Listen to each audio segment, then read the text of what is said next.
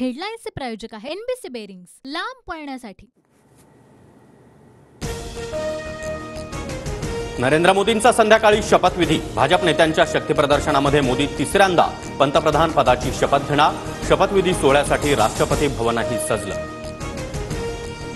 गृह, अर्थ, संरक्षण, परराष्ट्र आणि शिक्षण ही खाती भाजपकडेच राहणार। एनडीएतील प्रत्येक मित्रपक्षाला मंत्रिमंडळामध्ये स्थान मिळणार। जेडीयूच्या ललन सिंह आणि रामनाथ ठाकूर यांना मंत्रिपद मिळणार, सूत्रांची माहिती। नितीन गडकरी, राजनाथ सिंह, पीयूष गोयल यांच्यासह प्रतापराव जाधव यांना पंतप्रधान कार्यालयातून फोन। मुरलीधर मोहोळ, रामदास आठवले आणि रक्षा खडसे यांना देखील मंत्रिपदासाठी फोन।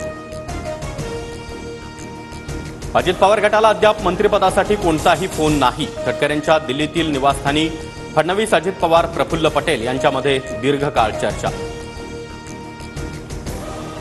नारायण राणे, भागवत कराड यांना मंत्रिमंडळामध्ये स्थान नाही। भाजप हायकमांडकडून राणे, कराड यांना फोन नाही, सूत्रांची माहिती।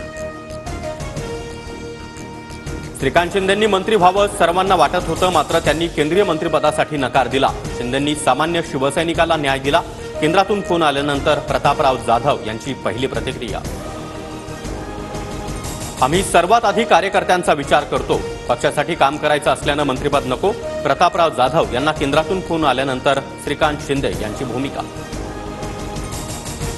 पुण्यामध्ये मुसळधार पावसाची हजेरी। रस्त्यावर पाणी साचल्यामुळे वाहन चालकांची तारांबळ। भुयारी मार्गातील दुकानांमध्ये पाणी शिरल्यानं सामानाचं मोठं नुकसान, तर अनेक भागातील वीज पुरवठाही खंडित।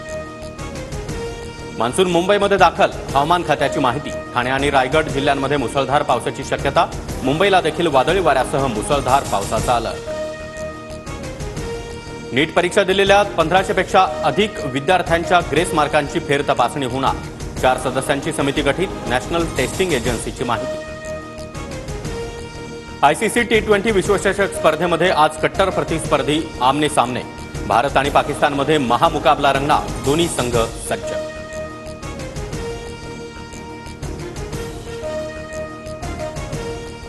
हेडलाईन्सचे प्रायोजक आहे एनबीसी बेरिंग्स, लांब पळण्यासाठी।